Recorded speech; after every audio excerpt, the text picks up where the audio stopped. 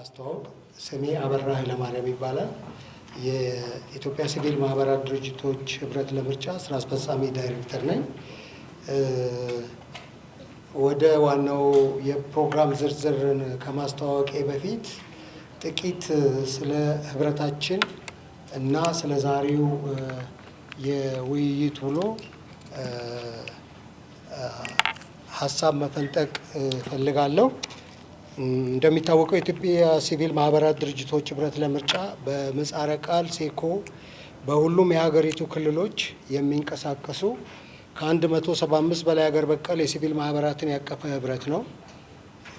ህብረቱ ከኢፌዴሪ የሲቪል ማህበረሰብ ድርጅቶች ባለስልጣን ጥር 28 ቀን 2012 ዓ.ም በባለስልጣኑ የምዝገባ ፈቃድ ቁጥር 4748 ህጋዊ ሰውነቱን አግኝቶ የሚንቀሳቀስ ድርጅት ነው። ህብረት ለምርጫ የተቋቋመባቸው ዓላማዎች በኢትዮጵያ ሀገራዊ ምርጫዎች የዜጎችን ተሳትፎ በማስተባበርና በምርጫ ሂደት ውስጥ ዘላቂና ስልታዊ በሆነ መንገድ የሲቪል ማህበራት የረጅም ጊዜ ተሳትፎን ለማረጋገጥ ብሎም ለማሳለጥ ነው። ይህንን ዓላማ በማንገብም ህብረቱ ከተመሰረተባቸው ጊዜ አንስቶ በሲዳማ የክልልነት ህዝበ ውሳኔ፣ ስድስተኛውን አጠቃላይ ምርጫ እንዲሁም በደቡብ ምዕራብ ኢትዮጵያ ህዝቦች የክልልነት ህዝበ ውሳኔ አባል ድርጅቶቹን በማስተባበር የተለያዩ የምርጫ ትዝብትና የመራጮች ትምህርትን እንዲሁም የሚዲያ ክትትል ስራዎችን ሲሰራ ቆይቷል። በድህረ ምርጫ ወቅትም ህብረቱ የራሱንና የአባላቱን አቅም ለማጎልበት የሚያስችሉ የተለያዩ የአቅም ግንባታ፣ የምርጫ ስርዓት ሪፎርም ስራዎችን እንዲሁም የተለያዩ የጥናትና ምርምር ስራዎችን በመስራት ላይም ይገኛል። ህብረት ለምርጫ በአሁኑ ወቅት በሀገራዊ ጉዳዮች ላይ ምክክር በማዘጋጀት በሀገራችን የምክክር ባህልን ለማዳበር የልዩነት መንስኤ በሆኑ ጉዳዮች ላይ መቀራረብ ብሎም መግባባት እንዲኖር ለማስቻል የበኩሉን አስተዋጽኦ ለማድረግ በመስራት ላይ ይገኛል። ህብረቱ የዛሬውን የውይይት መድረክ ለማዘጋጀት ያነሳሱትን ምክንያቶች ለእናንተ ለውይይቱ ተሳታፊዎች መግለጽ አግባብነት አለው የሚል እምነት ስላለኝ እነዚህም ምክንያቶች በአጭሩ እንዳብራራ እንዲፈቀድልኝ በትህትና ጠይቃለሁ። የመጀመሪያው ምክንያት ዛሬ በዚህ መድረክ የምንወያይባቸው ጉዳዮች በአንድም ሆነ በሌላ መንገድ ክርክር ሲደረግባቸው የቆዩ ጉዳዮች መሆናቸው የሚታወቅ ነው። ህብረቱ ይህንን የውይይት መድረክ ያዘጋጀው እንደ አንድ አገር በቀል የሲቪል ማህበራት ድርጅቶችን ያቀፈ ህብረት ቀደም ሲል ይካሄዱ የነበሩትን ውይይቶች ለማጠናከር እና ለማስቀጠል የበኩሉን አስተዋጽኦ ለማበርከት ነው። በጉጉት እየተጠበቀ ያለው አገራዊ ምክክር ላይ አጀንዳዎች ይሆናሉ ተብለው ከሚገመቱት ጉዳዮች መካከል ዛሬ የምንወያይበት ጉዳይ አንዱ ይሆናል የሚለውን ታሳቢ በማድረግ በሀገራዊ ምክክሩ መወያያ አጀንዳነት ቢመረጥም ባይመረጥም የተለያዩ ባለድርሻ አካላት በዚህ አንገብጋቢ ጉዳይ ላይ የሚወያዩበት መድረክ ማዘጋጀት ልዩነቶችን ለማጥበብ በሂደትም የጋራ መግባባት ላይ ለመድረስ ያግዛል በሚለው እሳቤ ለውይይት መድረኩ መዘጋጀት ሌላኛው ምክንያት ነው።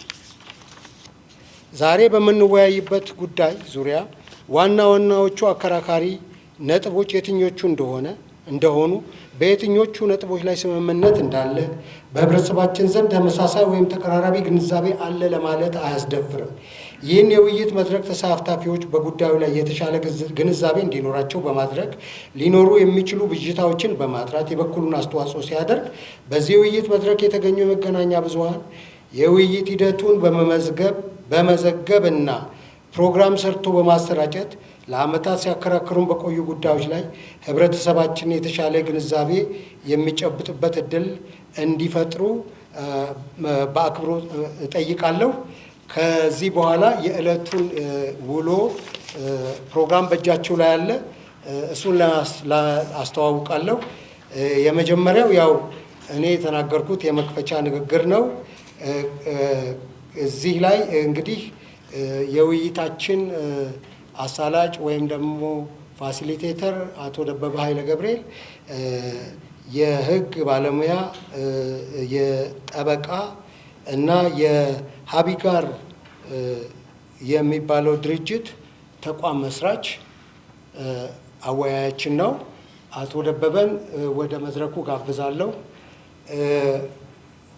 በውይይታችን ዛሬ ለውይይቱ የሚሆኑ የመወያያ ጽሁፎችን በማቅረብ ከተሳተፉት ሰዎች መካከል አቶ ኢያስቤት ተስፋዬ የኡቡንቱ ሚዲያ መስራች ናቸው። እሳቸውንም ለተሳትፏቸው አመሰግናለሁ። ሶስተኛው አቶ ሙሉጌታ አረጋዊ ጠበቃ እና የአዲስ አበባ ዩኒቨርሲቲ የሕግ ሌክቸረር ተወያዩ አንዱ ተወያይ ናቸው እና በዛሬው ውይይታችን ያለንን ነገር አቶ ደበበ ቅደም ተከተሉን ያስረዱናል። ምን አይነት ስርዓት እንደምንከተል ስለሚነግሩ መድረኩን ለአቶ ደበበ እለቃለሁ። ስላዳመጣችሁኝ አመሰግናለሁ።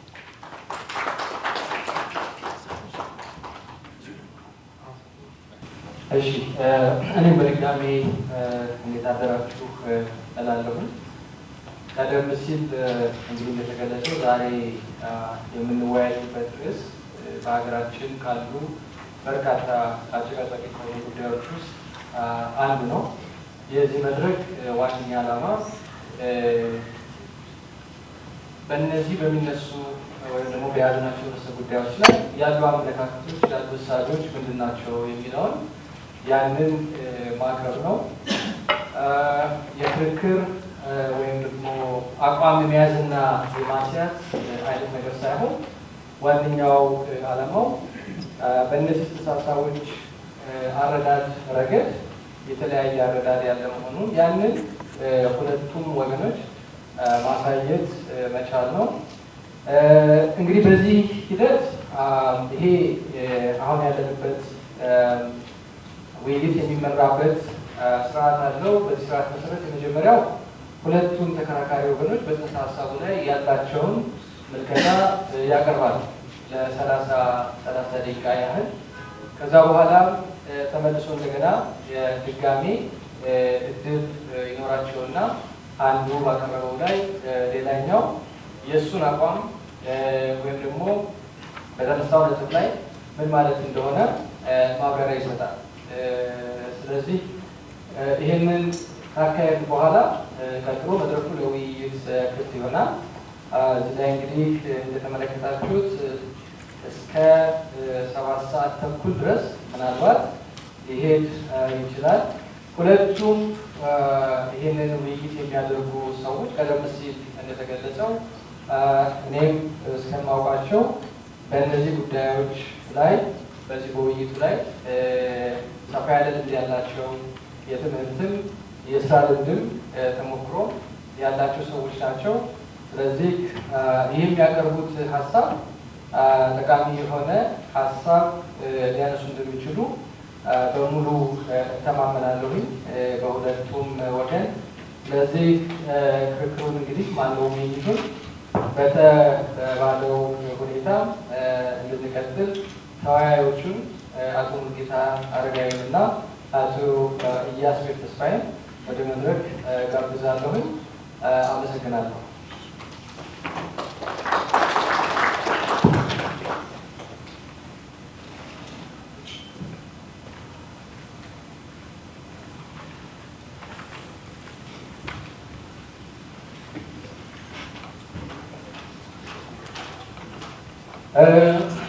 የግል ወይ ደግሞ ማንነታቸውን በሚመለከት ቀደም ሲል አቶ አበራ አንስቶታል።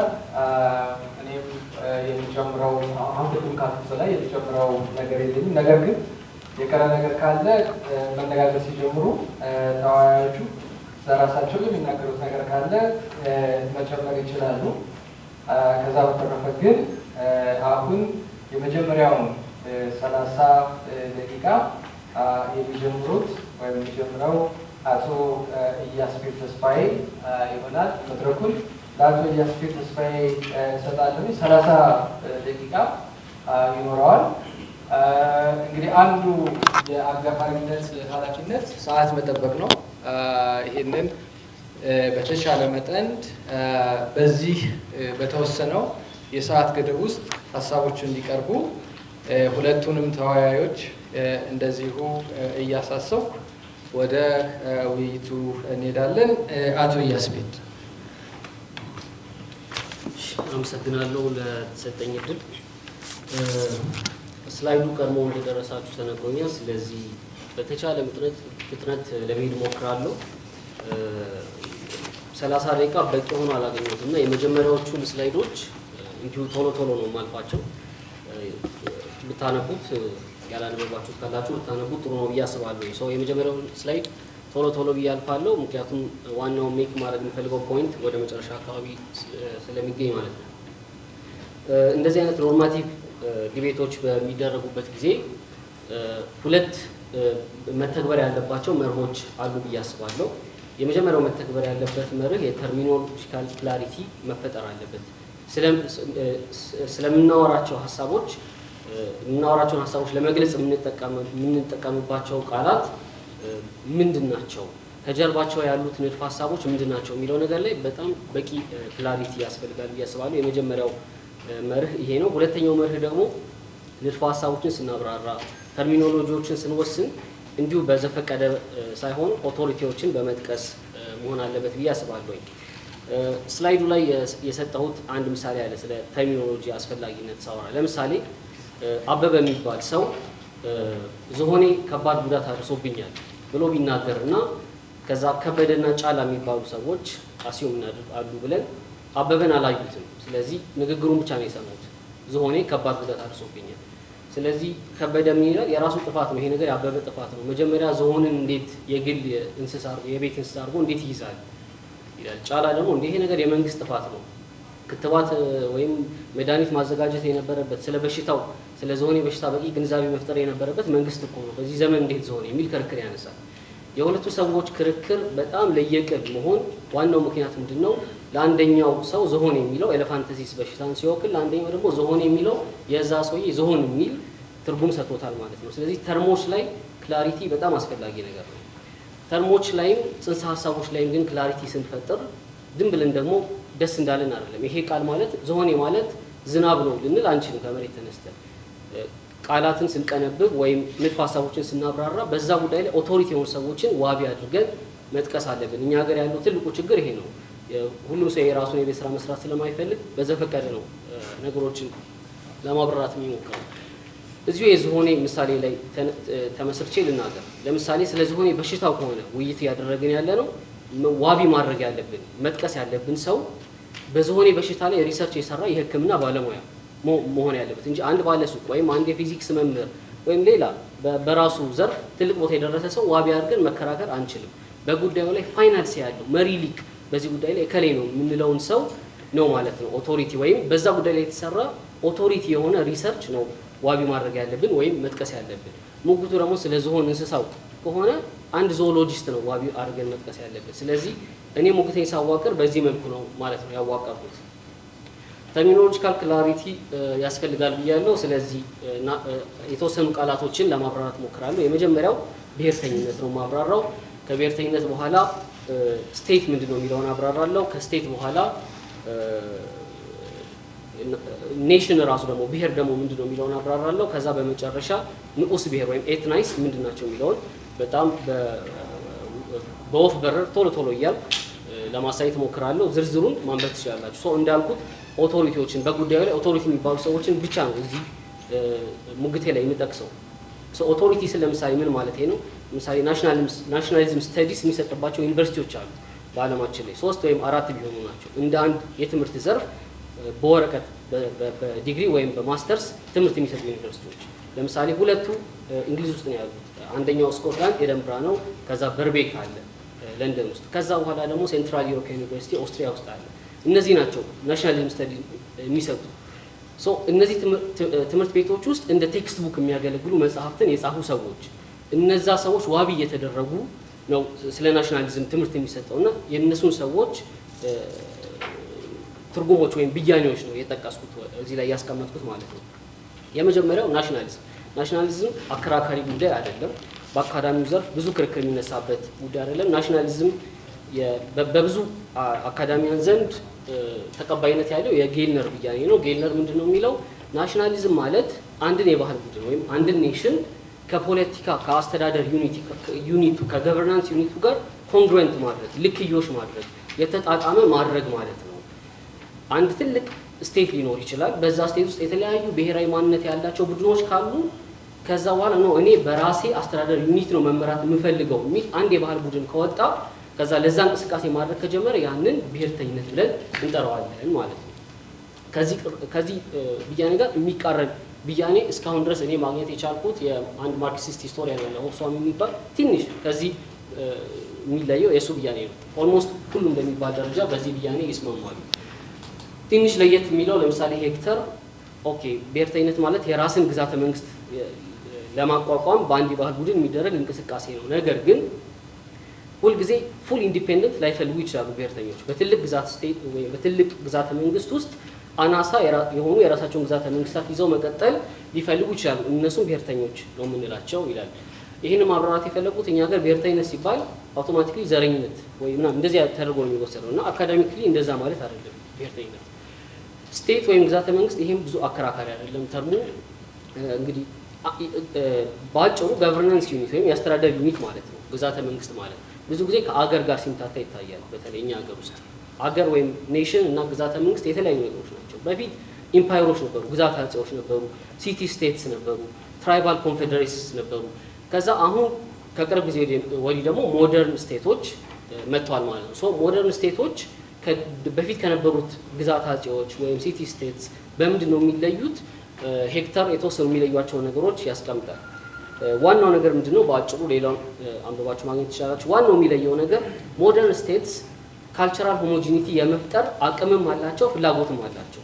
ከኢንዱስትሪያላይዜሽን በፊት የነበሩ ኢምፓየሮች ዳር ሀገር ሄደው አንድ ባህል ኢምፖዝ አድርገው በደንብ ዳይሬክት ሩል ወይም ቀጥተኛ አገዛዝ ኢምፖዝ አድርገው ማስተዳደር የሚችሉበት ቴክኖሎጂም አቅሙም አልነበራቸውም። ስለዚህ ዳር ሀገር ላይ ያሉ በራሳቸው ሰዎች እየገበሩ በአመት አንድ ሊሆን ይችላል የሚገበሩ እንዲተዳደሩ ነው የሚፈቅድላቸው። ሰምሃው አሁን ፌዴራሊዝም የምንለው አይነት ነገር ማለት ነው።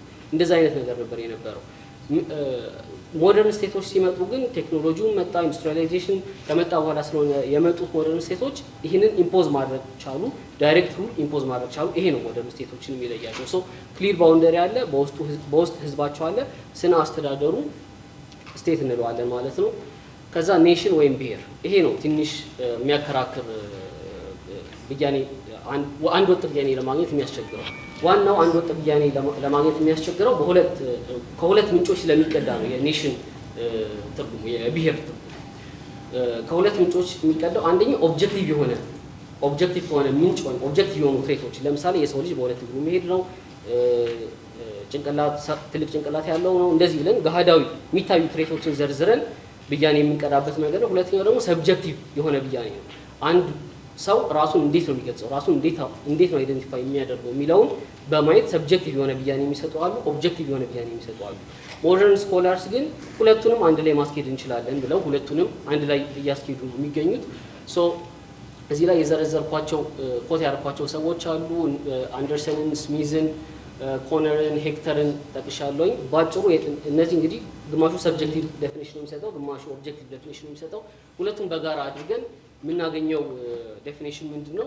ብሔር ማለት አንዳች የጋራ መጠሪያ ስም ያለው፣ ታሪካዊ ግዛቴ ነው ብሎ የሚለው መሬት ያለው፣ የት መጣሁን ገላጭ አፈ ታሪክ ያለው፣ የጋራ ባህልና ቋንቋ ያለው፣ በአንድ የተወሰነ መልክዓ ምድር ላይ ሰፍሮ ያለ፣ ታሳቢ ደማዊ ትስስር አስዩምድ ብለድ ታይስ ያለው። ይሄ ማለት አክቹዋሊ ሰዎቹ በደም ይገናኛሉ ማለት አይደለም፣ ግን ሰዎቹ በደም እንገናኛለን ብለው ያስባሉ ማለት ነው።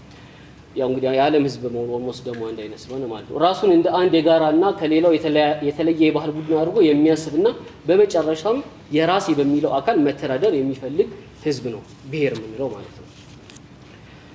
ከዚህ በመቀጠል ሌላው አከራካሪ የሆነው ተርም ኤትናይ የሚለው ነው። ኤትኒክ ግሩፕስ ወይም ኤትናይ ከብሔር በምንድን ነው የሚለዩት ሲባል በአጭሩ እዚህ ጋር የኮነርን፣ የስሚዝን፣ የቫንደንበርግን እንትኖች ለመጥቀስ ሞክሬያለሁ።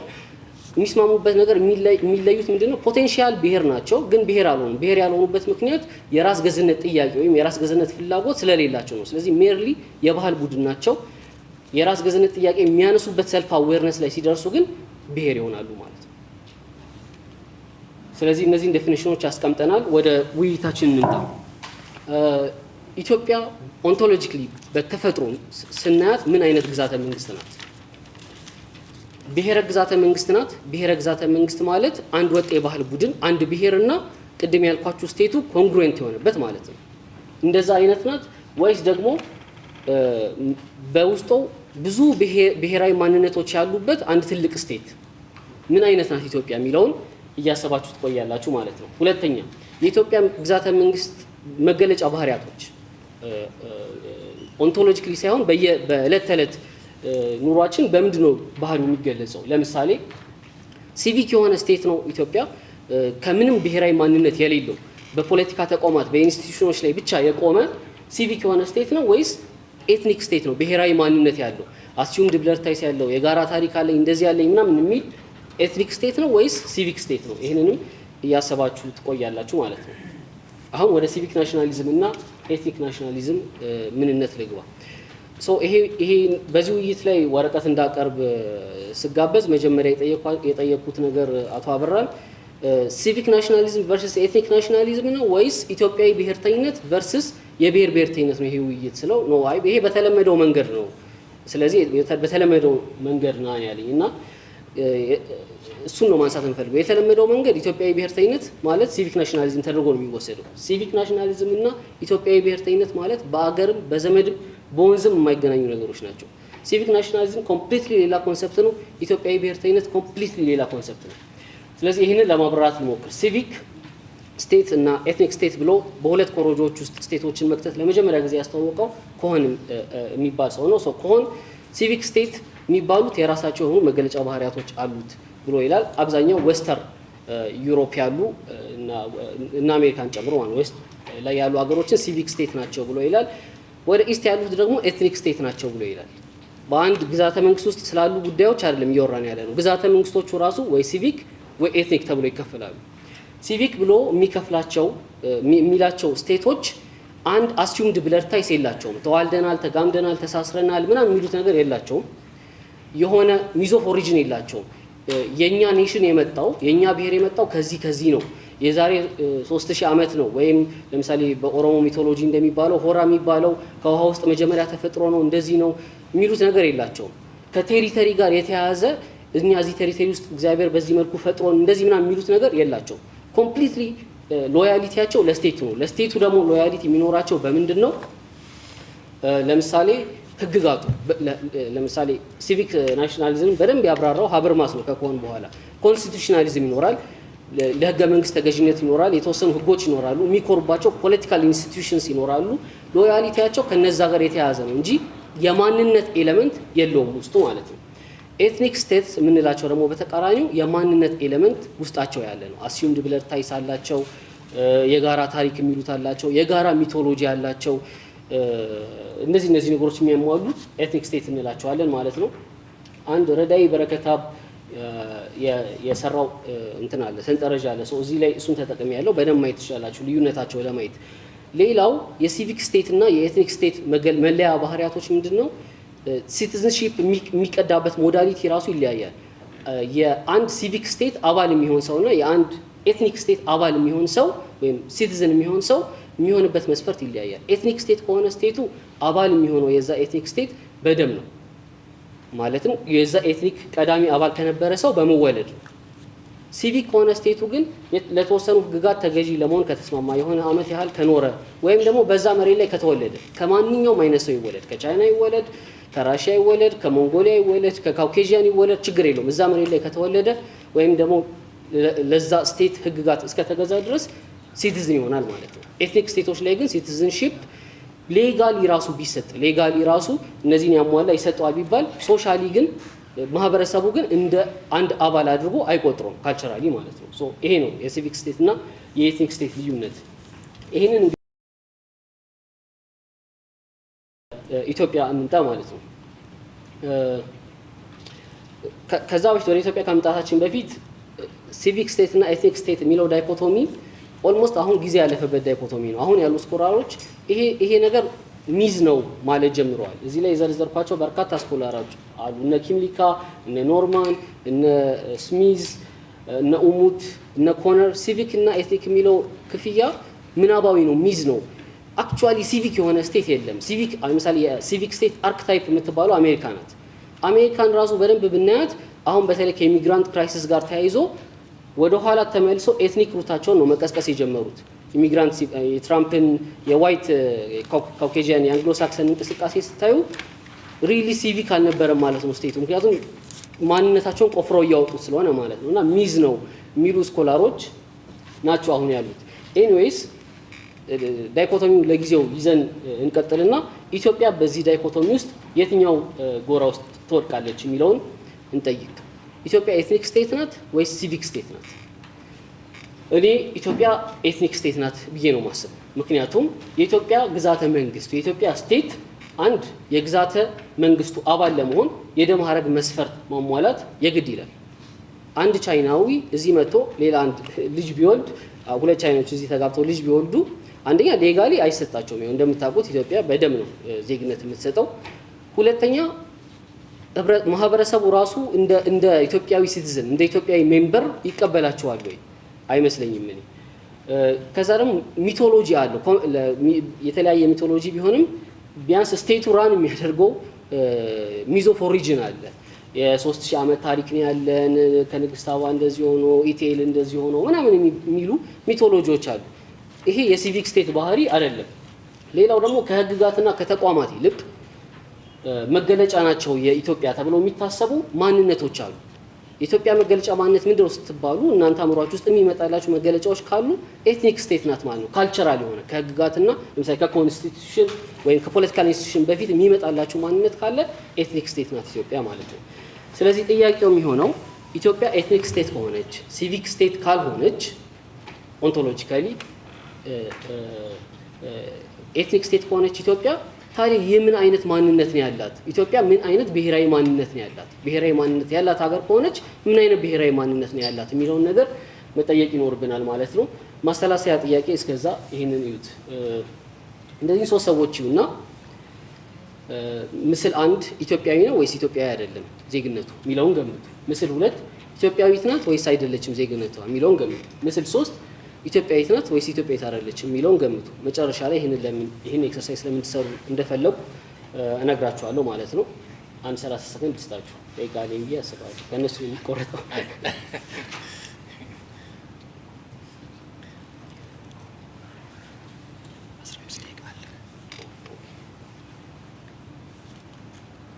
እሺ፣ በኋላ መለሳለሁኝ። እንግዲህ ኢትዮጵያዊ ብሔርተኝነት ወይም የተቋማዊ ብሔርተኝነት እና የብሔር ብሔርተኝነት በኢትዮጵያ ኮንቴክስት የራሱ የሆነ ሂስቶሪካል ባክግራውንድ አለው። ስለዚህ እሱም ብዙ ነገሮች ላይ ከገባው 15 ደቂቃ የቀረኝ ስለማይበቃኝ ዋና ዋና ነገሮች ብቻ ለማብራራት ሞክር። ራሳቸውን ብዙ ጊዜ የኢትዮጵያ ብሔርተኝነት የዜግነት ብሔርተኝነት አቀንቃኝ ነኝ፣ እኔ ሲቪክ ናሽናሊስት ነኝ የሚሉ ሰዎች ቅድም እንዳልኩት እንግዲህ ኢትዮጵያ ሲቪክ ኔሽን ስላልሆነች ኤትኒክ ኔሽን ስለሆነች በተጨባጭ ሲታዩ ወይም ተፍቀው ሲታዩ ሲቪክ ናሽናሊስት ሳይሆኑ ኢትዮጵያዊ ብሔርተኛ ሆነው ነው የሚገኙት። ሲቪክ ኔሽን በሌለበት ሲቪክ ናሽናሊስት መሆን ስለማይቻል ማለት ነው። እና ኢትዮጵያዊ ብሔርተኛ ሆነው ነው የሚገኙት። ከላይ የተዘረዘሩት ቅድም የዘረዘርናቸውን መገለጫዎች እስካሟላች ድረስ ኢትዮጵያ እንግዲህ ኤትኒክ ስቴት ናት ብለናል። ማለትም ለዘመናት አብረው የኖሩ ነገሮች በጋብቻ ተዋህደው ተጋምደው ተሰናስለው የፈጠሯት ሀገር ናት የሚለው አሰምሽን ስላለ ማለት ነው። በነገራችን ላይ እዚህ ላይ አንድ ነጥብ ላንሳ። ብዙ ጊዜ የኢትዮጵያ ብሔርተኛ ነኝ ወይም የዜግነት ብሔርተኝነት ነው ማራመደው የሚሉ ሰዎች የብሔር ብሔርተኞችን ፕራይሞርዲያል ታይስ ወይም ይሄ የደም ማንነትን ነው የምታቀነቅኑት እያሉ ነው የሚወቅሱት። ግን እነሱ ራሱ እኮ መልሰው የደም ማንነት ነው የሚያቀነቅኑት። እኛ ለረዥም ዘመን እርስ በርስ የተዋለድን የተጋባን ሰዎች ነን የሚለው ክሌም እኮ ከጀርባው ምንድን ነው ያለው? ደማዊ ግንኙነት አለን የሚለው ክሌም ነው ራሱ ክሌሙ ያለው ማለት ነው። ፕራይሞርዲያሊዝምን እየተቃወሙ ሰዎቹ ራሳቸው ፕራይሞርዲያል ሆኖ ነው የሚገኙት። ዋይኖት ቅድም ያያችኋት ካውኬዥያን ሴትዮ ለምን ኢትዮጵያ ያትሆን? በደም ስላልተሳሰርን ነው። ስለዚህ ልቀጥል። እሺ፣ በመሆኑም ጥያቄው ኢትዮጵያዊ ብሔርተኝነት በኢትዮጵያ ግዛተ መንግስት ውስጥ ከሚገኙ ብሔራዊ ማንነቶች የተለየ ራሱን የቻለ ብሔራዊ ማንነት ነው። እንግዲህ በግዛት ኢትዮጵያ ውስጥ የተለያዩ ብሔራዊ ማንነቶች አሉ። ከነሱ የተለየ ማንነት ነው ኢትዮጵያዊ ማንነት ወይስ የአንዱ ብሔራዊ ማንነት ኢትዮጵያ ግዛተ መንግስት ውስጥ ከሚገኙ ብሔራዊ ማንነቶች ውስጥ የአንዱ ብሔራዊ ማንነት ተቀጥያ ኤክስቴንሽን ነው ወይስ ራሱን የቻለ ከሁሉም ብሔራዊ ማንነቶች የተለየ ማንነት ነው? የትኛው ነው ኢትዮጵያዊነት? ኢትዮጵያዊ ብሔርተኝነት የትኛው ነው የሚለውን እንጠይቅ። እዚህ ጋር ከኤትኒክ እና ሲቪክ ዳይኮቶሚ ውጪ ሌሎች አይነት ዳይኮቶሚዎች አሉ። አሁን ከረንትሊ በአካዳሚክ ዘርፍ ውስጥ ሲቪክ እና ኤትኒክ ከሚለው ዳይኮቶሚ ይልቅ ለምሳሌ ስቴት ሌድ ናሽናሊዝም እና ካውንተር ስቴት ናሽናሊዝም የሚባል መክፈያ አለ። ከዛ የስሚዝ ደግሞ ኮሬትና የሚልና ከዛ ማይኖሪቲ ግሩፕስ የሚል መክፈያ አለው። አሁን ስራ ላይ ያሉት እነዚህ መክፈያዎች ናቸው። እንግዲህ ዝርዝሩን ከስላይዱ ላይ አዩት። ጊዜ ስለሌለኝ ወደ አነሳው ጥያቄ ልመለስ፣ ወደ የኢትዮጵያ ብሔርተኝነት። ከዛ በፊት አንድ ፖይንት ላብራራ። ሲቲዝንሺፕ ምን ማለት ነው? ሲቲዝንሺፕ የሚለውን ቃል ዜግነት በሚል ነው የምንተረጉመው። እኔ ቃሉ በፍጹም መጠቀም የለብንም ብዬ የማስበው ቃል ነው። ባለሀገርነት ብዬ ነው የተረጎምኩት ሲቲዝንሺፕ የሚለውን። ሲቲዝንሺፕ ኮንሰፕቹዋሊ የጠቀስኳቸው ሰዎች አሉ፣ እዚህ ላይ ማየት ይችላሉ። ሂስቶሪካሊ ሰዎች ከገባርነት ከንጉስ ከአጼ ሰብጀክትነት ወደ ሶቨሪን ሉዓላዊነት የተሸጋገሩበት በራሳቸው ድምፅ የሚፈልጉትን መንግስት ማቆም የጀመሩበትን እና የአንድ ስቴት ሜምበር በመሆን የሚያገኙትን ፕሪቪሌጅ ማግኘት የጀመሩበት መወጣት የሚኖርባቸውን ግዴታ መወጣት የጀመሩበትን ሁኔታ ነው የሚያሳየው። ሪቻርድ ቤለሚ ዴፊኒሽን እሱ ነው የሚያሳየው። አሁን ሞደርን ሲቲዝንሺፕ ኮንሰፕት ደግሞ ጭራሽ እንደውም ኢኮኖሚካሊ ራሱን ካልቻለ መንግስት ድምፁንም መግዛት ስለሚችል ስቴቱን ራን የሚያደርገው ሰው ሲቲዝን አይደለም እስከ ማለት ሁሉ ተደርሷል። ኤኒዌይስ ሲቲዝን የአንድ ግሩፕ ሜምበር በመሆን ያን ግሩፕ የሚያቆመውን ህግጋት መመስረት ወይም ያ ግሩፕ ከቆመበት ህግጋት ስር እኩል መገዛትን የሚያሳይ ነው፣ ወይም እኩል መተዳደር እኩል መብት ማግኘትን የሚያሳይ ነው።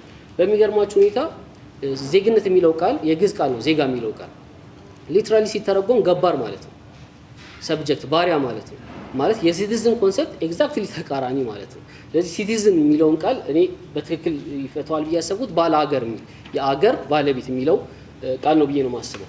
በኢትዮጵያ ኮንቴክስት ቅድም እንግዲህ ሲቲዝንሺፕ ወይም ባላገርነት ከሁለት ሞዳሊቲዎች ይቀዳል ብያቸዋለሁ። አንደኛው ስቴቱ ሲቪክ ከሆነ ለተወሰኑ ህግጋት በመገዛት ለስቴቱ ህግጋት በመገዛት ወይም ደግሞ እዛ ስቴት ውስጥ በመወለድ ብቻ የሚገኝ ነገር ነው። ኤትኒክ ከሆነ ግን ስቴቱ የዛ ናሽናል አይደንቲቲ ጋር ጥብቅ የሆነ ትስስር ይኖረዋል ማለት ነው። የዛ ሜምበር ለመሆን የዛ ናሽናል አይደንቲቲ መገለጫዎች ያስፈልጉታል ማለት ነው ያ ግለሰብ። ላራ ስሚዝ ሜኪንግ ሲቲዝን አፍሪካ በተሰኘው መጽሐፏ ላይ ስለ ኢትዮጵያ ነው መጽሐፉ ባይዘው የተጻፈው። ሲቲዝንሺፕ እና ናሽናል አይደንቲቲ መሀል ያለውን ግንኙነት በማሰብ የኢትዮጵያ ናሽናል አይደንቲቲ ጠባብ ሰሜናዊ መሰረት ስላለው በኢትዮጵያ ውስጥ ሚኒንግፉል ሲቲዝንሺፕ ወይም ትርጉም ያለው ባለ ሀገርነት ማግኘት አስቸጋሪ ነው ትላለች። ከዚያም አልፋ እንደውም የብሔሮች ትግል በኢትዮጵያ ውስጥ ያሉ ብሔሮች ትግል ትርጉም ላለው ዜግነት ሚኒንግፉል ሲቲዝንሺፕ ለማግኘት የሚደረግ ትግል ነው ስትል ነው የምትጠራው። ምክንያቱም ሲቲዝንሺፕ ኤትኒክ በሆነ ስቴት ውስጥ ከናሽናል አይደንቲቲ ጋር የተሳሰረ ነገር ነው። ናሽናል አይደንቲቲ ተብሎ የሚባለው አይደንቲቲ ደግሞ የሁሉም ካልሆነና ጠባብ መሰረት ያለው ከሆነ ሌሎች ብሔሮች የሚያደርጉት ትግል ለእኩል ዜግነት የሚደረግ ትግል ነው ማለት ነው። ጠባብ መሰረት ያለው ነው የኢትዮጵያ ናሽናሊዝም ስል ቅድም እንዳልኩት ከኋላ ኪስ ዝም ብዬ እየመጀረጥኩ የማወጣው ሀሳብ ሳይሆን በኢትዮጵያ ጉዳይ ላይ ረጅም ጊዜ ጥናት የሰሩ አንትሮፖሎጂስቶች ሂስቶሪያንስ የጻፉትን ነገር በተወሰነ መንገድ ለመጥቀስ ልሞክር። እነ ማርካኪስ፣ ዶናሃም፣ ክላፋም፣ ሶሬሰን፣ ኬለር፣ ካርል ነትሰን እነዚህን ሁሉ ኮት አድርጌያለሁ እዚህ ላይ። ለምሳሌ ማርካኪስ ምንድነው የሚለው? ኢትዮጵያ ናሽናሊዝም ካልቸራል ኢንግሪዲየንቶቹ ምንም ሰርፕራይዚንግ ባልሆነ መንገድ ፒውርሊ የአማራ ናቸው። ይህን የሚለው ጆን ማርካኪስ ነው። ዶናሃም ደግሞ ምን ይላል? በኃይለ ሥላሴ ጊዜ የነበረውን ነገር ሲያወራ ትምህርት ቤቶች ይሰሩት የነበረውን ስራ ሲያወራ schools were intimately involved in creating a national identity, one that in many ways simply continued and extended existing categories of ሀበሻ and አማራ። ስለዚህ ትምህርት ቤቶቹ ይህንን አይደንቲቲ ነበር የኢትዮጵያ አይደንቲቲ አድርገው ሲገነቡ የነበረው ማለት ነው። ኬለር ተመሳሳይ ነገር ነው የሚለው። አማራናይዜሽን ወይም አቢሲኒያይዜሽን ነበር ሲደረግ የነበረው። ካርል ነትሰን በ1950ዎቹ ይመስለኛል ካልተሳሳት እዚህ ኢትዮጵያ አርሲ ድረስ ሄዶ ሪሰርች ሰርቶ የፍሬድሪክ ባርት መጽሐፍ ላይ አንዱ ኮንትሪቢዩተር ነው። ከዛ ነው እሱን እንትን የወሰድኩት እና እሱም ልክ እንደዚህ ነው የሚለው የነበረው ስቴት ቢልዲንግ ወይም ኔሽን ቢልዲንግ ሰዎችን አማራናይዝ ማድረግ ወይም ሰዎችን ትግሪያናይዝ ማድረግ ወይም ሰዎችን የሁለቱ ማንነት ስለሆነ አቢሲኒያናይዝ ማድረግ ነበር የነበረው ፕሮጀክት። አሁን ኢትዮጵያን ናሽናሊዝም ብለን የምንጠራው አብዛኛው ኦልሞስት 99% መገለጫዎቹን የቀዳው ከአቢሲኒያ ማንነት ነው ማለት ነው። ስለዚህ ይሄ ጠባብ የአቢሲኒያ መሰረት ያለው ብሔርተኝነት ከሆነ ብሔራዊ ማንነት ከሆነ ሌሎች ብሔሮች እኩል ዜግነትን ገና አላገኙም ማለት ነው። ምክንያቱም የነሱ ማንነት የስቴቱ ነፍስ ወይም የስቴቱ ኢሰንስ ውስጥ ስለሌለ ማለት ነው። ካርል ነትሰን እንደውም በጣም የሚገርም ነገር ይጨምራል። አንድ ሰው አማራናይዝ እንዲሆን በሚደረግበት ጊዜ አማርኛ ቋንቋ እንዲናገር ሰርቴን ሪሊጅን እንዲከተል ምናምን ነበር ፎርስ የሚደረገው። ኢቨን እነሱን ሁሉ አድርጎ በራሱ ካልቸራል ግሩፕ እከሌ በቃ አማራ ሆኗል ተብሎ ራሱ ወይም እከሌ ኢትዮጵያዊ ሆኗል ተብሎ ራሱ አልቲሜትሊ ግን ያንን ኢትዮጵያዊነት ማግኘት አይችልም። ምክንያቱም እንትንም ብቻ አይደለም የአይደንቲቲ ብቻ ሳይሆን ለምሳሌ ዶንሃም ለሀራስ ቢዝም ከዚህ ጋር ተመሳሳይ የሆነ ነገር ታነሳለች። ለምሳሌ ተዋልደናል፣ ተጋምደናል ምናምን ይባላል አይደል? እስቲ ስንት ሰው ታውቃላችሁ ከጉሙዝ ተወላጅ ጋር የተጋባ እዚህ ውስጥ ያላችሁ ሰዎች? ከጉሙዝ ብሔር ተወላጅ ጋር የተጋባ ስንት ሰው ታውቃላችሁ? 3000 ዓመት ኖረናል አብረን። ከጋምቤላ ጋር የተጋባ ስንት ሰው ታውቃላችሁ? ሃይማኖት ኪንግ የሆነ እስቲ። ስለዚህ ያለፉትን ሁለት ክፍሎች እንግዲህ ይህንን ብዬ ልቋጫቸው። የኢትዮጵያ ብሔርተኝነትና ሲቪክ ብሔርተኝነት በሀገርም በዘመድም የማይገናኙ ጽንሰ ሀሳቦች ናቸው። የኢትዮጵያ ብሔርተኝነት ኤትኒክ የብሔር ብሔርተኝነት ነው። የብሔር የሆነው የኢትዮጵያ ብሔርተኝነት ደግሞ የአቢሲኒያዊነት ማንነት ነው። መውጫ መንገድ ምን አለ? እንዴት ይህንን ነገር እናስተካክለው ሲባል እንግዲህ 1987 ላይ አንድ ጥሩ ነገር መጥቶ ነበር። ይሄውም ምንድነው? ህገ መንግስቱ ባይዘዌ ብሔርተኝነትን የሚያቀነቅን ምናምን ይባላል። ህገ መንግስቱ ሲቪክ የሆነ ስቴት ለመገንባት ነው የሞከረው። በጋራ ታሪክ፣ በሚቶሎጂ፣ በደማዊ ግንኙነት አንድ ህዝብ ነን ምናምን ከሚለው ወጥቶ እኩልነት፣ የጋራ ተጠቃሚነት ምናምን የሚባሉ ሲቪክ ቨርቹዎች ላይ የተመሰረተ አንድ ስቴት ቢውልድ ላርግ፣ ብሔራዊ ማንነት የሌለው ብሔራዊ መገለጫ የሌለው አንድ ሲቪክ የሆነ ስቴት ቢውልድ ላርግ ብሎ የተነሳ ህገ መንግስት ነው ለኔ። ኢትዮጵያ ውስጥ የተለያዩ ብሔራዊ ማንነቶች ያላቸው አካላቶች ተሰብስበው አንድ ሲቪክ ስቴት እስኪገንቡ ብሎ የተነሳ ህገ መንግስት ነው። ይሄ ህገ መንግስት እንግዲህ ቢያንስ ይሄ ሙከራ በሁለት ምክንያቶች አልተሳካም ብዬ አስባለሁ። አንደኛው ሙከራ እዚህ ጋር በጣም የሚገርም የማርካኪስ ትንቢት ልትሉት የምትችሉት ገለጻ አለ። ህገ መንግስቱ በወጣበት ጊዜ የጻፈው ጽሁፍ ነው። ምንድነው የሚለው? The reconstructed state is a multinational, admitting a variety of cultural traditions and making it possible for its citizens to claim different national or ethnic cultural identities. Thus, Ethiopian citizenship has no specific national connotation. The uncoupling of nationality and citizenship signals rejection of what Basil Davidson called the curse of the nation state that has afflicted post-colonial Africa. እንግዲህ ህገ መንግስቱ ይህንን ነው ለማድረግ የሞከረው፣ ናሽናል አይደንቲቲን ዲካፕል ማድረግ ከሲቲዝንሺፕ ጋር ማለት ነው። የራሴ ብሔራዊ ማንነት አለኝ፣ በሲቲዝን ደረጃ ግን የዚህ ሲቪክ ስቴት አባል ነኝ የሚሉበትን እድል ፈጥሮላቸው ነበር። ነገር ግን ኢፍ ኤትኒሲቲ ዋዝ ኦል አባውት ካልቸር፣ ስለ ባህል ብቻ ቢሆን ኖሮ የብሔሮች ትግል ስለ ስልጣን ባይሆን ኖሮ the Ethiopian formula could be a recipe for success. However, ethnicity is mainly about state power, and success or failure hinges upon whether or not the new arrangement will make power accessible to the larger groups on an equitable basis. ለትልልቆቹ ግሩፖች ስልጣን ያካፍላሉ ወይ? ከዛ መጨረሻ ላይ ምን ይላል ሲጨርሰው? The question is whether the political process will adhere to the constitutional prescription or it will become the facade for a new monopoly of power. ሌላ ስልጣንን ማራዘሚያ መንገድ ሆኖ ይቀጥላል ስልጣን ለብሔሮች ሳያከፋፍል፣ ወይስ አክቹዋሊ ሲቪክ ስቴት ሆኖ ለብሔሮች ስልጣን አካፍሎ ይቀጥላል? ሁለት ደቂቃ ይቀረኛል። እሺ ሶ በተግባር ምን ሆነ? ሲቪክ ስቴት ሳይሆን ቀረ። የብሔር ፌዴራሊዝም የሚባለው የመጣው በራሱ ስልጣንን ብሔሮችን ከብሔሮች ጋር እያጋጩ ልዩነትንና ክፍፍልን እያሰፉ ስልጣን ማስቀጠያ ሜካኒዝም ስልት ተደርጎ ተወሰደ እንጂ አክቹዋሊ ሲቪክ ስቴት የመገንባት ፕሮሰስ ላይ አልተሄደም። ሲቪክ ኢትዮጵያን አይደንቲቲ የሌላት ብሔራዊ ማንነት የሌላት ሲቪክ ስቴት ለማድረግ አልተሞከረም ማለት ነው። ሁለተኛው ምክንያት በህገ መንግስት ደረጃ ሲቪክ ስቴት አለ ቢባልም በተግባር ግን ሲቪክ ስቴት አልነበረም የነበረው። በተለይ የተለያዩ ምክንያቶች ሊኖሩ ይችላሉ። ክላፋ የኢትዮ ኤርትራ ጦርነት ነው በጣም ማተር ያደረገው ብሎ ይላል። የኢትዮ ኤርትራ ጦርነት የኢትዮጵያን መንግስት በወቅቱ የነበረውን መንግስት ኢትዮጵያን ናሽናሊዝም ይሄ አይደንቲቲ ያለው ማንነት ያለውን ኢትዮጵያዊነት በስቴት ደረጃ እንዲያቀነቅን አስገድዶታል። ጋልቫናይዝ ለማድረግ ሰዎችን ለጦርነት ማለት ነው፣ ባድመ ለመላክ ይላል። ሌሎችም ምክንያቶች ሊኖሩ ይችላሉ። ለእኔ ስልጣን ላይ የነበሩት ሰዎች ራሱ አቢሲኒያውያን ናቸው። ስለዚህ ሪል ፍላጎቱ ነበራቸው ወይ? ከሲቪክ የሆነ ስቴት የኢትዮጵያ አይደንቲቲ የነበረውን ኢትዮጵያ አይደንቲቲ ለስ አድርጎ ሲቪክ የሆነ ስቴት የመገንባት ሪል ፍላጎቱ ነበራቸው ወይ የሚለው ራሱ ጥያቄ አለኝ። ኤኒዌይስ በዚህ ማለት በዛ ማድረግ አልተቻለም ማለት ነው። ኮቴሽኖች አሉት እንግዲህ እሱን እዩት። በመጨረሻ ይህንን ብዬ ልጨርስ። አርጊዩብሊ የሃያኛው ክፍለ ዘመን ቤስት አንትሮፖሎጂስት የሚባለው ክሊፎርድ ጌርስ አንድ የሚለው ነገር አለ። የብሔር ጥያቄ ያለው ትግል የብሔር ጥያቄ አንግቦ የሚነሱ ተቃውሞዎች፣ አመጾች እና የመደብ የክላስ ስትራግል ጥያቄዎች ኢዝሊ አይደለም። አንደኛው ኢዝሊ ሳቲስፋይድ ይሆናል፣ አንደኛው ግን ኢዝሊ ሳቲስፋይድ አይሆንም፣ ኢዝሊ አይረካም። የብሔር ማንነት ከጀርባው ያለው ጥያቄ ሰዎችን ከስልጣን ላይ በማንሳት ብቻ ወይም የግዛተ መንግስቱን ስቴት ፓወር በመያዝ ብቻ መልስ ያገኛል፣ በቃ ተመለሰ ብለን የምንተወው ነገር አይደለም። ብዙ ጊዜ ምንድነው የሚለው በጣም የሚገርም አገላለጽ ይጠቀማል። primordial discontent strives more deeply and is satisfied less easily. If severe enough, it wants not just Sopranos or Nehrus or Moles Hazen's head. It wants Indonesia's or India's or Morocco's head. ስለዚህ የሚፈልገው የግዛተ መንግስቱን ጭንቅላት ነው እንጂ የግዛተ መንግስቱን መሪ ጭንቅላት ቆርጣችሁ ብታመጡለት አይረካም።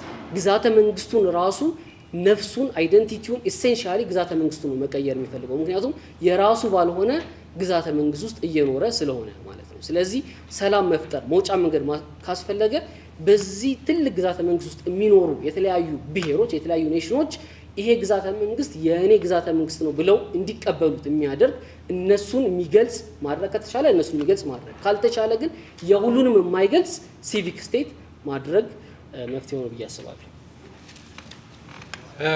እጅግ አድርጌ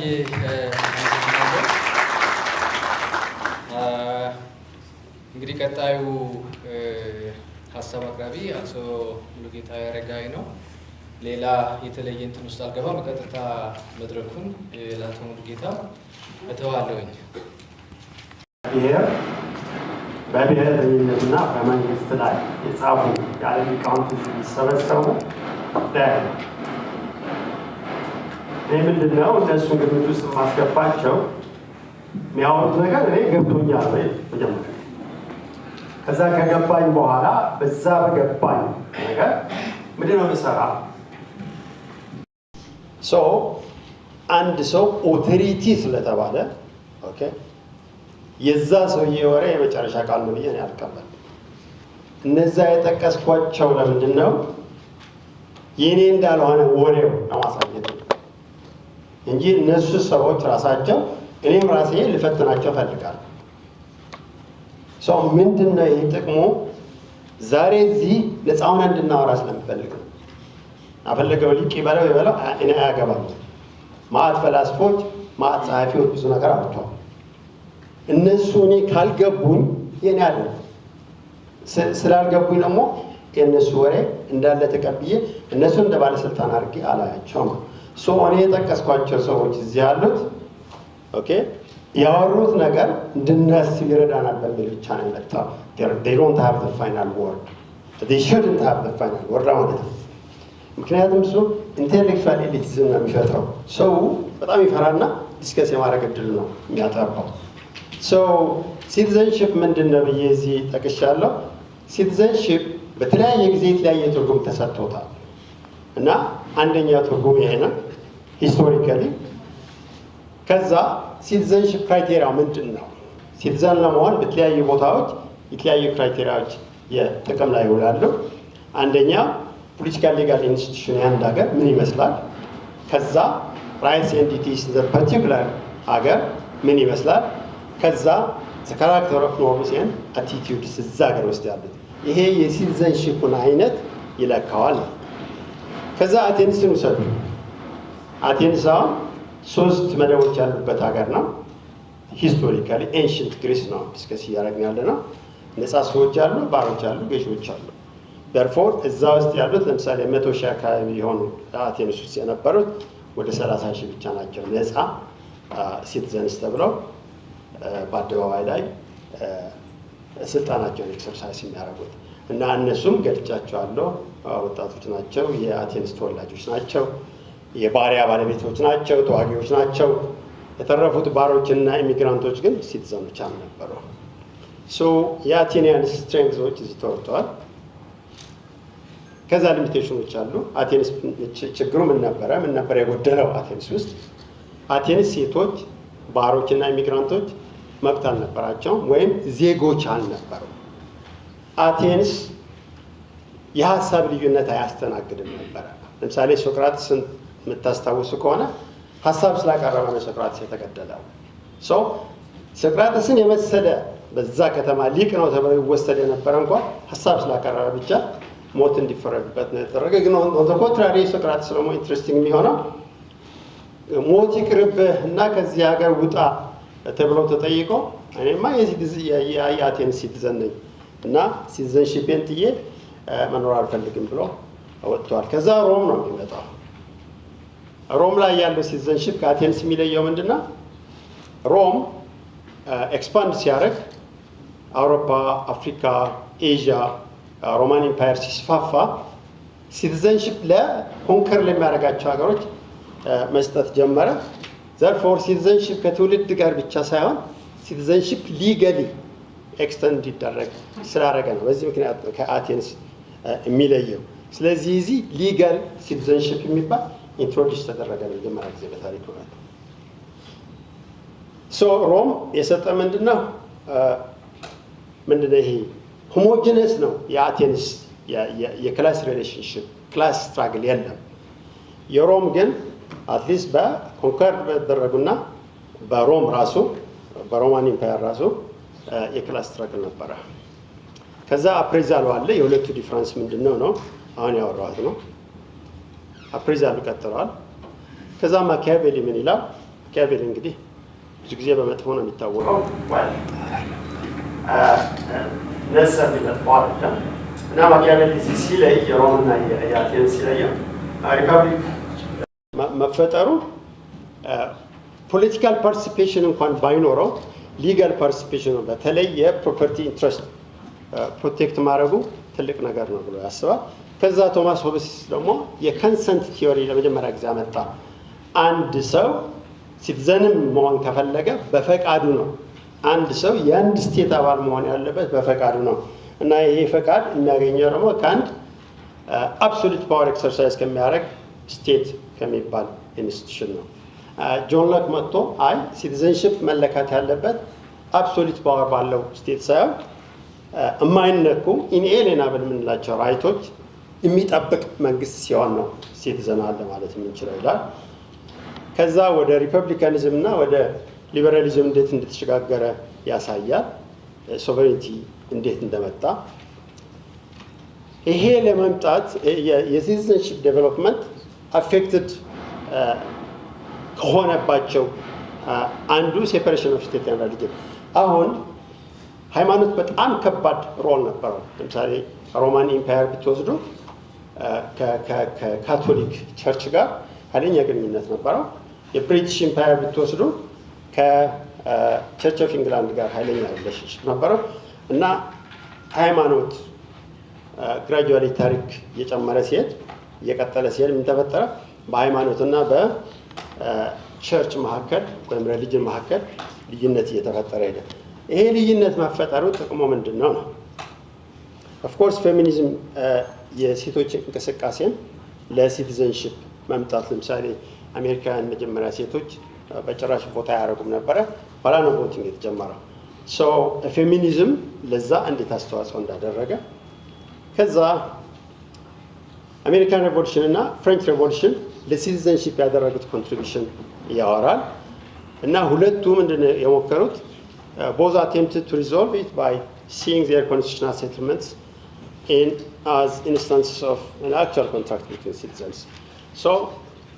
ልክ ሎክና ሆብስ ከንሰንት ያሉትን ያህል የነሱ ሪሌሽንሽፕ ወይም ሶሻል ኮንትራክት ነው ሲቲዘንሺፕ የፈጠረው ብለው ነው የሚያስቡት። እና አሜሪካውያን ምን ብለው ዲክሌር አድርገው ዊ ዘ ፒፕል ኦፍ ዘ ዩናይትድ ስቴትስ አሉ። ፈረንሳውያን ደግሞ ዲክሌሬሽን ኦፍ ዘ ራይትስ ኦፍ ዘ ማን ኤንድ ዘ ራይትስ ማን ኤንድ ዘ ሲቲዘን የሚል አመጡና ሶርስ ኦፍ ኦል ሶቨሬኒቲ ላይስ ኢሴንሻሊ ኢን ዘ ኔሽን። ለምሳሌ ሲቲዘንሺፕ የአሜሪካና ሲቲዘንሺፕ የፈረንሳይ ይለያያል። በእነዚህ ሪቮሉሽኖች አሜሪካን ሀገር በጣም ኢንዲቪጁዋሊዝም ላይ የተገነባ ነው። ፈረንሳውያን ደግሞ ከኔሽን ጋር ያያይዙታል። ሲቲዘንሺፕ እና ኔሽን መለየት ያቅታቸዋል። ምክንያቱም ኮሌክቲቭ አስፔክቱን ነው ፕራዮሪቲ የሰጡት። ከዛ ኔሽን ስቴት ማለት ምን ማለት ነው? አይ ቲንክ እሱ ተወርቷል።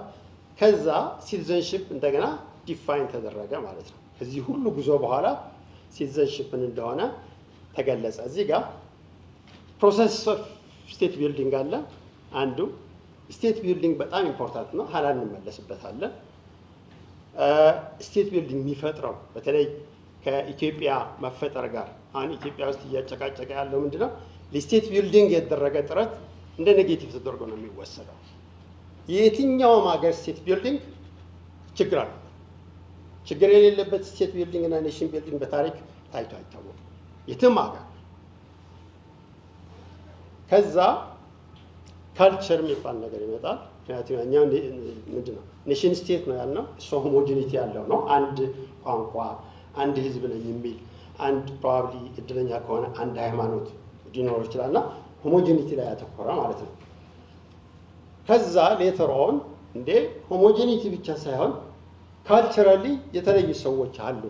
ኦልዞ ኦል ኦፍ ዲስ አፕሮችስ ሃቭ ኮንትሪቢዩትድ አሁን ያወራኋቸው ኮንትሪቢዩት ቢያደርጉም ለሲቲዘንሺፕ ግን ደግሞ የተለየ ካልቸርን ኮንሲደር የሚያደርጉ አልነበሩ እና ይሄ ከምን ሊታይ ይችላል? ከምን ጋር ተያይዞ መታየት አለበት ብዬ አስባለሁ። ከእነዚህ ጥያቄዎች ጋር ጥያቄዎች ምንድን ነው? ለምሳሌ ዩኒቨርሳሊስት የሆነ ፕራሚስ ኦፍ ሲቲዘንሺፕ ዌስተርነሮች ሲቲዘንሺፕ ማለት ይሄ ነው ብለው ዲፋይን ያደረጉት ዩኒቨርሳሊ አፕሊካብል ነው ወይ አይደለም የሚሉ አሉ። መሆን አለበት ምክንያቱም ራይትስ ዩኒቨርሳል ኤሌመንት አላቸው ተብሎ ስለሚታሰብ በሁለቱ ጭቅጭቅ አለ ነው። ባይ ዘ ወይ ኔሽን እና ናሽናሊዝም እንደ ኔሽን እና ናሽናሊዝም በጣም አጨቃጫቂ የሆነ ሳብጀክት ነው። በኔሽን ምንድን ነው ኔሽን የሚለው ጥያቄ ስምምነት ላይ ያለ፣ ናሽናሊዝም ምንድን ነው በሚለው ጥያቄ ላይ ስምምነት ላይ ያለ። ስለዚህ ዛሬ እዚህ ማወራላችሁ እኔ እውነት የምለው ነገር አይደለም ማወራላችሁ፣ ኦፒኒየን የማንም ጸሐፊ ወሬ የኦፒኒየን ጥያቄ ነው። ምክንያቱም ይሄ የሶሳይቲ እና የፖለቲካል ኦርጋናይዜሽን ወሬ ነው እያወራን ያለ ነው እና እሱ ደግሞ ኢንቮልቭ ስለሚያደርግ አንዴ ተነግረው አንዴ ተሰርቶ አንዴ አልቆ የሚቀመጥ ነገር አይደለም። ሁሌ ይጠየቃል፣ አዲስ ነገር ይመጣል። አሁንም ይጠየቃል፣ አዲስ ነገር ይመጣል እና ስታቲክ የሆነ ነገር ስለማይኖር we don't expect assertion of truth in this discussion. ከዛ multiculturalism is a viable alternative to ሜልቲንግ ፖት አይዲዮሎጂ ምን ማለት ነው? ሜልቲንግ ፖት ሁሉም ለምሳሌ አሜሪካን ምን ብለው ያስቡ ነበር?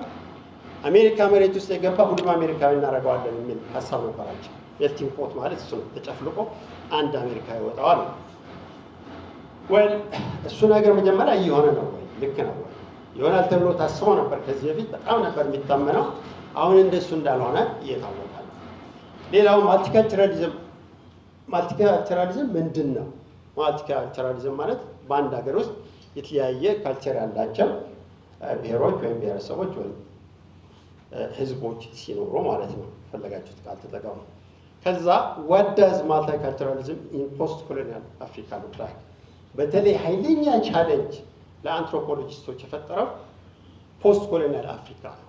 ከዛ በፊት የተለመደው ኔሽን ስቴትስ ናቸው በአብዛኛው ዓለም ዶሚኔት ያደረጉት። አሜሪካውን ኔሽን ስቴት ነኝ ባይ ነው። የተፈጠረው እንዴት ነው? ኔቲቭ አሜሪካንን ኮምፕሊትሊ ዲስትሮይ አድርገው አክቹዋሊ ኤክስተርሚኔት አድርገው። እሱ ነው የአሜሪካ ኔሽን ቢልዲንግ ታሪክ። ጀርመን፣ ፈረንሳይ፣ እንግሊዝ የፈለጋችሁ ሀገር ሄዱ በጉልበት ነው የተገናኙት። ሶ ማልቲካልቸራሊዝሙን ግን ኮምፕሊትሊ ማርክሲስቶች አሁን ምን ነበር የሚያስቡት? ካፒታሊዝም ናሽናል ዲፈረንሶችን አጥበው ይጨርሳል እና ኔሽን የሚባል ይጠፋል ነበረ ሀሳቡ። ኦፍኮርስ ዛት ዲድንት ሃፕን። ፖስት ኮሎኒያል አፍሪካ በተለይ ፖስት ኮሎኒያል ኤዥያ እና ላቲን አሜሪካ ስናይ ጭራሽ ናሽናሊዝሙ እየባሰበት ያለው በተለይ ከ1980 ወዲህ ያው ወሬያችን እሱ ሆነ ማለት ነው።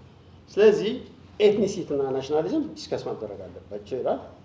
ከዛ ፕራይሞርዲያሊዝም ተወርቷል። ኢያስፔድ አቅርቦታል። ያው ጽሁፉም አለ። ሞደርኒስቶች የሚባሉ ይመሳሰላሉ። ባይዘ ወይ በሞደርኒስቶች እና በፕራይሞርዲያሊስቶች ያለ ክርክር ገና አላለቀ። በጣም የታወቁ የሚባሉ ጸሐፊዎች ተጨቃጭቀው አንደርስታንድ የደረሱበት ጉዳይ አይደለም። በዛ ምክንያት ነው በጣም ኮምፕሊኬትድ ነው ይሄ ሳብጀክት ብዬ የማስበው። እና አሁን ይሄ አንደርሰን ኢማጂን ኮሚኒቲስ የሚባል መጽሐፍ አይዶን ነው ካያቸው ምንድን ነው የሚለው ኔሽንስ አር ኢማጂን ኮሚኒቲስ ሚኒንግ ጭንቅላታችን ውስጥ ነው ያሉት ነው። አጼ ኔሽን ማለት ቋንቋ አይደለም። ኔሽን ማለት ቴሪተሪ ማለት ነው። ኔሽን ማለት ነው ሃይማኖትም አይደለም ወይም ባህልም አይደለም ነው። ኔሽን ኢዝ ዋት ዊ ኢማጂን ኢት ኢዝ። ከዛ ሌላው ሲሚላር የሆነ ባይዘው እኔ የምጠቀምበት እኔ የተሻለ ነው ብዬ ፐርሰናሊ ማስበው ማለት ነው። ኢያስፔድም ጠቅሶታል። ዎከር ኮነር ነው ፋሲኔት የሚያደርገኝ። ያው ዴፊኒሽን ነው። ኔሽን ኮኖትስ ኤ ግሩፕ ኦፍ ፒፕል ሁ ቢሊቭ ኢትስ አባውት ቢሊፍ ሁ ቢሊቭ ዴይ አር አንሴስትራሊ ሪሌትድ እና ከአንድ ትውልድ የመጣንን ብለው የሚያስቡ ከአንድ ትውልድ ላይመጡም ይችላሉ። ሀሳባቸው እዳዝም ፋክቱ ማተር አያደርግም። ፋክቱን ኢስታብሊሽ ማድረግ አይፈልጉም። ለምን? ናሽናሊዝም ፋክት ላይ የተገነባ ነገር አይደለም። ምን ይላል? the essence of a nation is intangible, it's psychological, a vivid sense of sameness or oneness of kind. አንድ ነን ብሎ የሚያስብ አንድ ነን ኖት የሚያስብ የሚል ቃል ልክ አይደለም። ሴንስ የሚያደርግ ሴንስ የሚለው ቃል is very important. It's a feeling. It's not objective. ለዚህ ነው ቋንቋ ባህል አንድ አይነት ምናምን የሚባለው ሪጀክት የሚያደርገው ሰው ምንድን ነው? well ቋንቋ ጀስቲፊኬሽን። አንድ ሰው ኦሮሞ ለመሆን ኦሮምኛ መቻል የለበትም። ኦሮሞ የቻለ በሙሉ ደግሞ ኦሮምኛ መናገር የቻለ ደግሞ ኦሮሞ ሆነ ማለት አይደለም። እነዚህ ዴር ማርከርስ ዴር ኦብጀክቲቭ ማርከርስ እንጂ በራሳቸው ኔሽንን አይገልጹም ነው። So oneness of kind which from the perspective of the group sets it off from other groups in a most vital way. እኔ ትግሬ ነኝ ማለት ሌላው ትግሬ አይደለም ማለት ነው። ወይም ትግሬ ያልሆነ ሰው መኖር አለበት። otherwise it's pointless. የኔ ዩኒክነስ እና የኔ ምንድነው የተለየው ነኝ ማለት ሁሌ ምን አንድ ኤትኒክ ግሩፕ ከሌላ ኤትኒክ ግሩፕ ወይም አንድ ኔሽን ከሌላ ኔሽን የሚለየው መኖር አለበት። እኔ የተለየው ነኝ የሚል ሴንስ ከሌለው ኔሽን አይሆንም ነው። እና ናሽናሊዝም በዚህ በዎከር አወራር ናሽናሊዝም ማለት ፊሊንግ ነው ነው ዳትስ ናሽናሊዝም ናን ራሽናል የሆነ ፊሊንግ ምክንያታዊ ያልሆነ ስሜት እሱ ነው አፒል የሚያደርገው ቱ ሚ ፐርሰናሊ and I will explain why later. ከዛ ኢትኖ ሲምቦሊስቶች የሚባሉ አሉ። እነዚህ በሞደርኒስቶች እና በፕራይሞርዲያሊስቶች መካከል ያሉ ናቸው። ከዛ ማርክሲስቶችም በተለይ ሌኒን እና ማነው ስታሊን ያወሩት ነገር አለ። ኦኬ ሶ የእነሱን ዴፊኒሽን አስቀምጫለሁ። ከዛ የኢትዮጵያ ኮንስቲቱሽን ኔሽን እንዴት ዲፋይን እንዳደረገው ያው እዚህ አለ። ከዛ በኋላ የኔሽኖች ለምንድን ነው የሚያስፈልጉት? ናሽናል ስትራግል ለምንድን ነው የሚካሄደው? ናሽናሊዝም ጥቅሙ ምንድን ነው?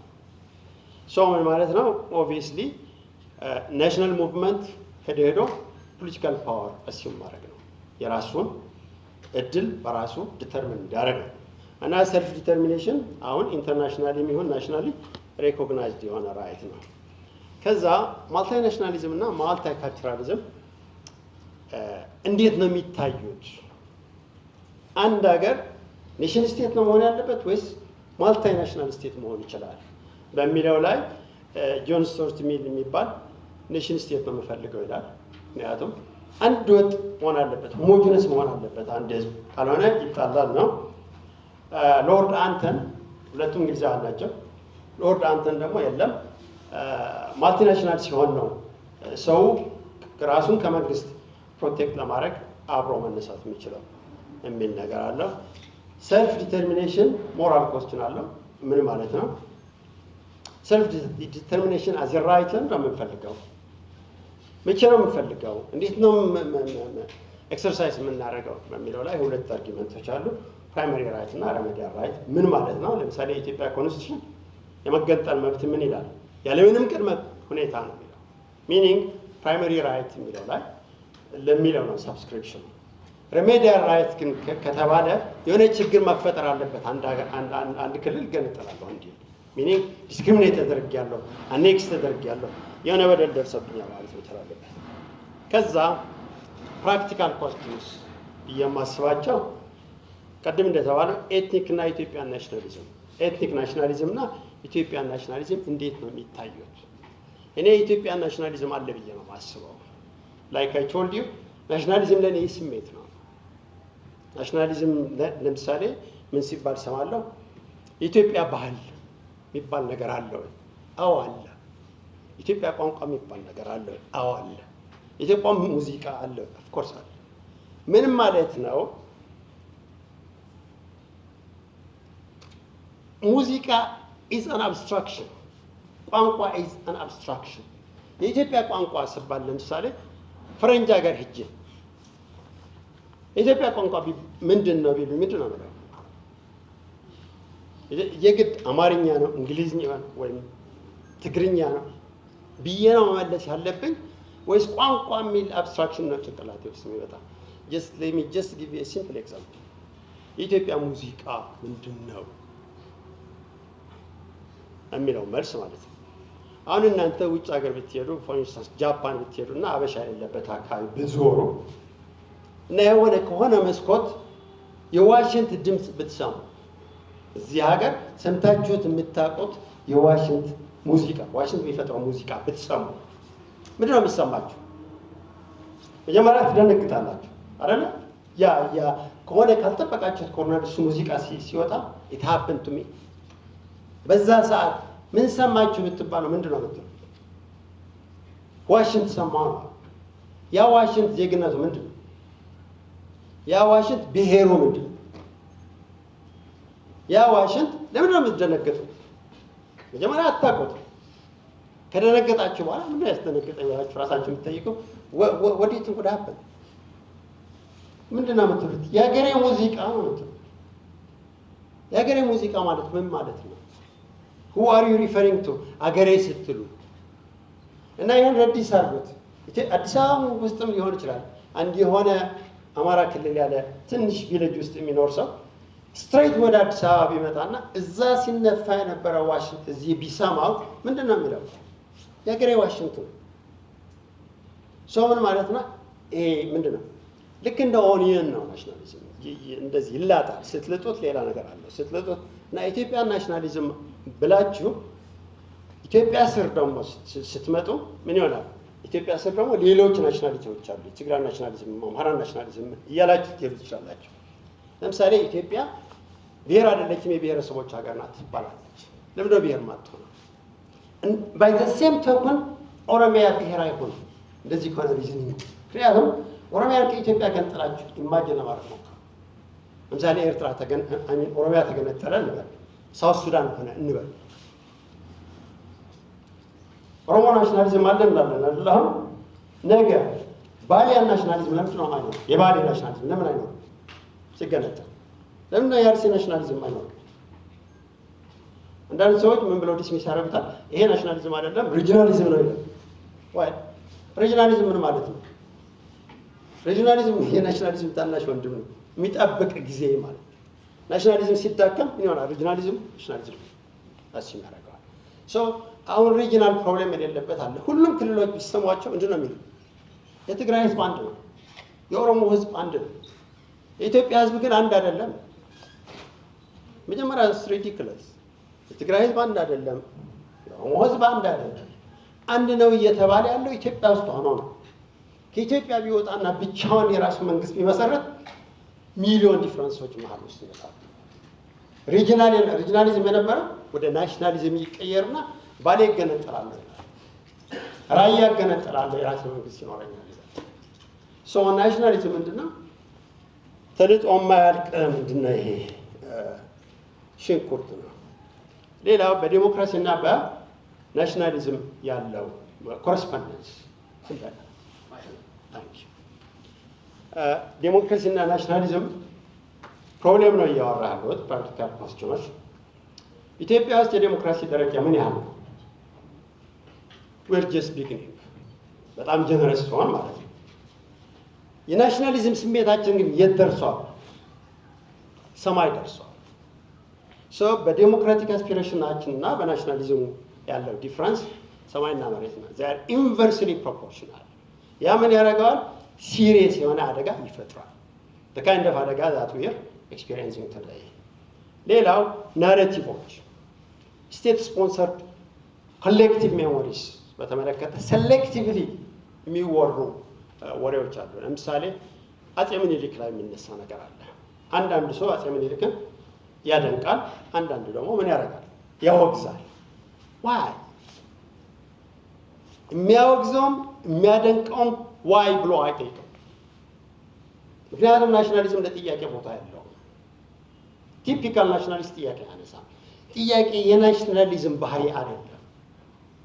ኢትስ ኖት ራሽናል። ከጠየቃቸውማ ናሽናሊስት አትሆንም። እዛ ነው የሚያውቀው። ምክንያቱም ናሽናሊዝም ፊሊንግ ነው ከምን የተነሳው።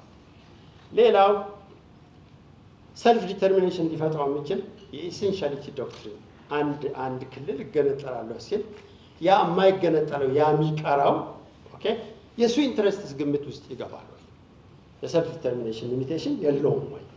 ሌላው ቫያቢሊቲ። አሁን ኢትዮጵያ ውስጥ ብዙ ዞኖች ክልል እንሆናለን እያሉ ነው አይደለ? ሁሉም ክልሎች የራሳቸው መንግስት የመፍጠር አቅም አላቸው ወይ? ሌላው ቴሪቶሪ ሪሌትድ ኮንፍሊክትስ። ብንገነጣጠል የኢትዮጵያ ክልሎች አሁን ቢገነጣጠሉ በሰላም ይኖራሉ ወይ?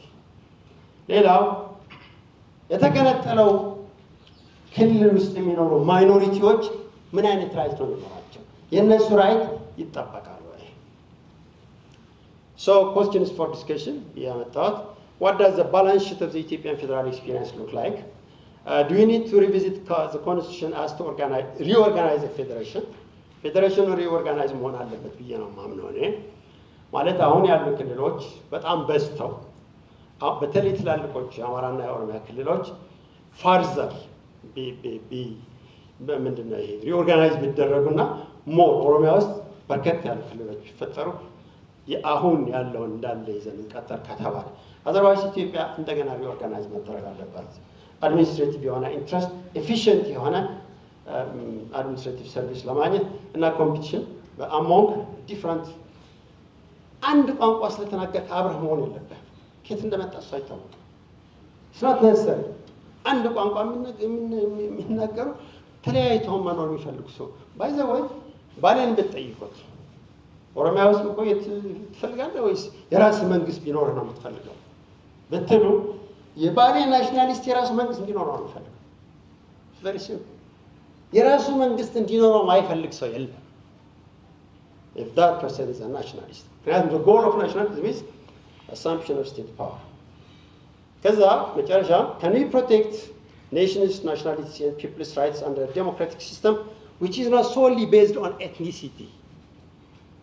እኔ ኤትኒሲቲ እና ሲቲዘንሽፕ መምረጥ አለብን ብዬ አላስብም። ሁለቱም ሊኖሩ ይችላሉ። ግን ቅድም ያቀረብኳቸው ከንሰርኖች እነሱን ባላንስ በሚያደርግ መንገዱ እንዴት አድርገን ነው ሪኦርጋናይዝ ማድረግ የምንችለው? እና ለምሳሌ ኮንስቲቱሽናል ፓትሪዮቲዝም ግምት ውስጥ ብናስገባ ችግሩ ምንድን ነው? መጨረሻ ስናወራ ሰርቴንቲ ባይኖረን እመርጣለሁ። በጣም እርግጠኞች ባንሆን በምናወራ፣ ምክንያቱም እውነትን አይደለም እያወራን። ኢትስ ኖት አባውት ትሩዝ ኢትስ አባውት ኦፒኒየን። እዚህ ያለነው ሰዎች የሆነ ተቀራርበን የተሻለ ሶሻል ኮሚኒቲ ለመፍጠር በምናደርገው ጥረት ይህ ዲቤት ያግዛል በሚል ነው የመጣ ነው። ታንክ ዩ።